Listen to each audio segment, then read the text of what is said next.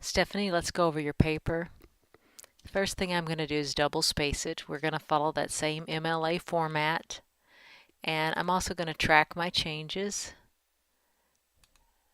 And I will send you back this document with the changes marked. And then you can decide whether to accept them or not. And I know this is your draft, so I'm just going to point out some obvious things. You're going to be working on it and improving it. It is important that every graduate thoroughly weigh the pros and cons of both options before they make their final decision.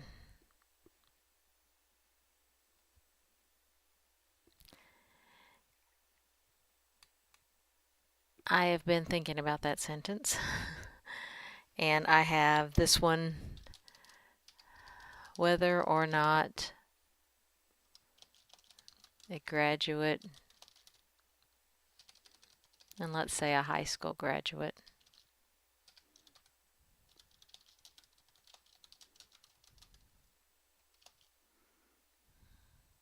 realizes it or not,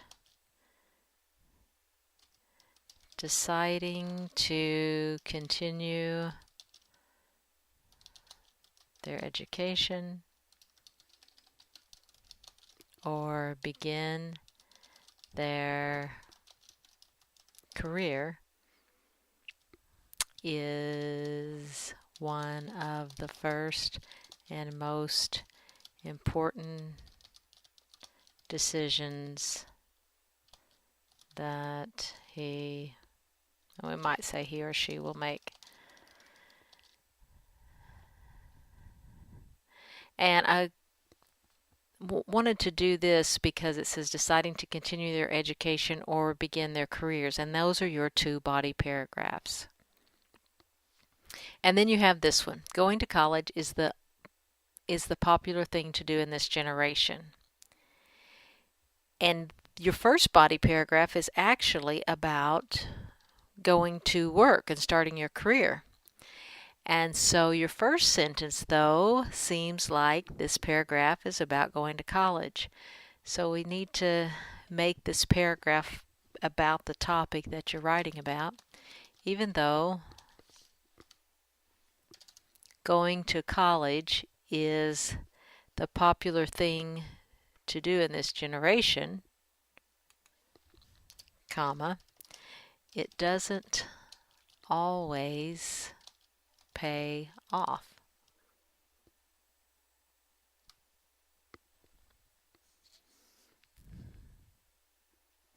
Many times high school graduates who choose to go directly in the workplace are frowned upon and treated differently than those of the advanced education. And that sentence here, that's really not what your paragraph's about either, because you're not talking about how people are treated. Your paragraph is more about whether it pays off or not. And so I would kind of strike that. And also it's subjective. And when you do this type of writing, unless you have a source to back it up, don't be subjective in your writing of this type where we're doing more technical informational writing. Try not to be subjective at all. And I know this one right here is kind of subjective, and you might even make it more objective with the fact. Okay.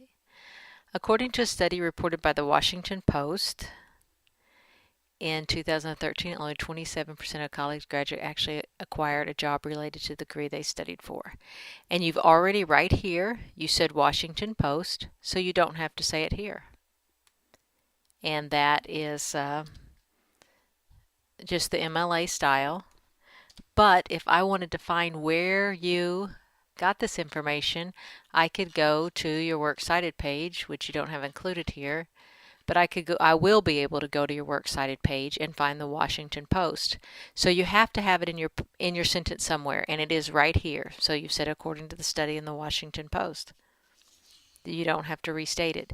Now, if you would have said It was reported in 2013 only 27% of college graduates actually acquired a job related to the degree they studied for, and you didn't say Washington Post, you'd have to put it after the fact.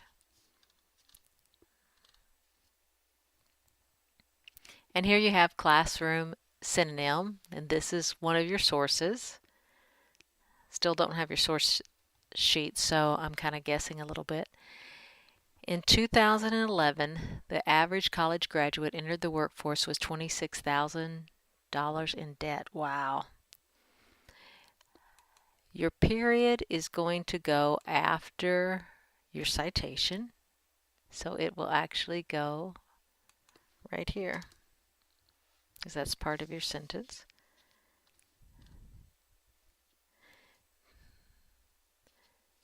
Where is the next one? The odds of finding a stable, well-paying job. And then we have this classroom again, and just double check all of these. Goes after.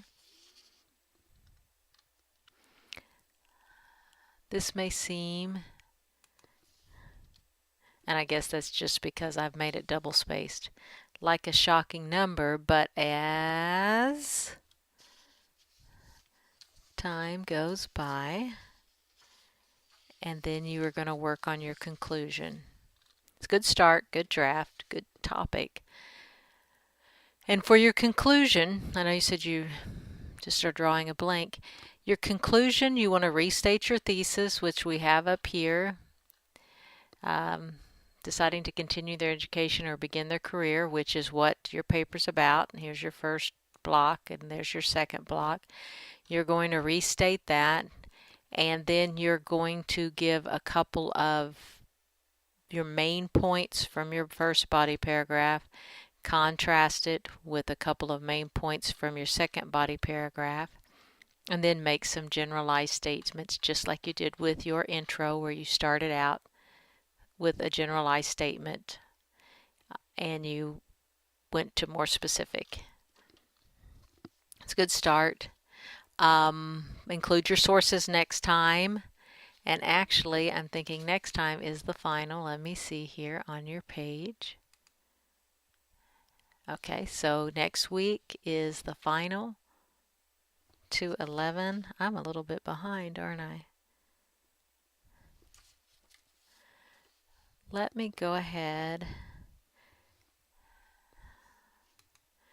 and put this, I'm going to give you a week to work on it.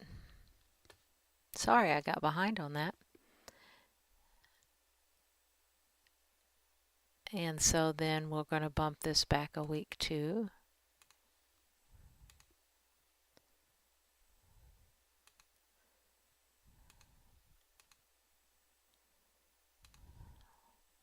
Okay, if you get it done sooner, fine, turn it in as soon as you get it done, so we can move as quickly as possible. We really just have a couple of more months. I can't believe it, because we're off for 2 weeks in March, and I'd like to get through some more of these essays that you're going to need in college. That is the end of the video.